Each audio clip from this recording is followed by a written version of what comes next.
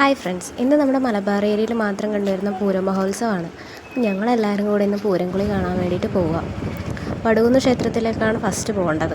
അവിടേക്ക് പോകുന്ന കാഴ്ചകളാണിത്. നല്ല വെയിലാണ്, പക്ഷെ തിരക്കിന് ഒരു കുറവുമില്ല. എവിടെ നിന്നൊക്കെ ആൾക്കാർ വന്നേക്കുന്നതെന്ന് പറയാൻ പറ്റാത്ത അത്ര തിരക്കാണ് ഉണ്ടായത്. അങ്ങനെ ഫൈനലി അമ്പലത്തിലെത്തി. ഇതാണ് വടുകുന്ന് ക്ഷേത്രം. ഇവിടെ തൊഴുതിന് ശേഷമാണ് മാടായിക്കാവ് അമ്പലത്തിലേക്ക് പോകേണ്ടത്.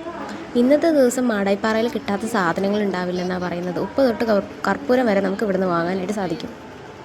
മെയിനായിട്ട് ഇന്നത്തെ ദിവസം കാണേണ്ടത് പൂരംകുളിയാണ്. പക്ഷെ അതൊന്നും നമുക്ക് കാണാനായിട്ട് സാധിച്ചില്ല. നേരത്തെ കാലത്തെ വരണമായിരുന്നു. ഉച്ചയ്ക്ക് അമ്പലത്തിൽ വന്നു കഴിഞ്ഞാൽ അതൊന്നും കാണാൻ പറ്റില്ല എന്നുള്ളതിൻ്റെ ഉദാഹരണമാണ് ഞങ്ങളൊക്കെ.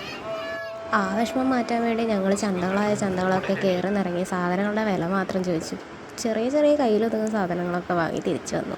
അങ്ങനെ തിരിച്ച് നടക്കുമ്പോഴാണ് കണ്ടത് വടുകുന്ന് അമ്പലത്തിൽ നിന്ന് മാടായിക്കാവ് അമ്പലത്തിലേക്ക് വിഗ്രഹം എഴുന്നള്ളിപ്പുണ്ടത്രയെന്ന്. അത് കഴിഞ്ഞില്ല എന്ന് അറിഞ്ഞത് നേരെ ഒരു ഓട്ടോ പിടിച്ച് നേരെ മാടായിക്കാവ് അമ്പലത്തിലേക്ക് ഞങ്ങളെ വിട്ടു. പൂരം തുടങ്ങിയാൽ എന്ത് വെയിൽ എന്ത് ചൂട്, ആർക്കും അതൊരു കാര്യമേ അല്ല. ബട്ട് ഞങ്ങൾക്കതൊരു കാര്യമായതുകൊണ്ട് ഞങ്ങളൊരു ഓട്ടോ പിടിച്ചിട്ടാണ് നേരെ അമ്പലത്തിലേക്ക് വിട്ടത്. ഈ കാണുന്നതാണ് നമ്മളെ മാടായിക്കാവ് ക്ഷേത്രം. പൂരംകളി കാണാൻ പറ്റാത്തതിൻ്റെ വിഷമം ഞങ്ങൾക്ക് ഏറെക്കുറെ ഇവിടെ വന്നതിന് ശേഷം മാറി. കാരണം ഇന്നത്തെ പ്രധാന ചടങ്ങുകളെല്ലാം നല്ല വിശദീകരിച്ച് ഇന്ന് കാണാൻ വേണ്ടി നമുക്ക് സാധിച്ചു.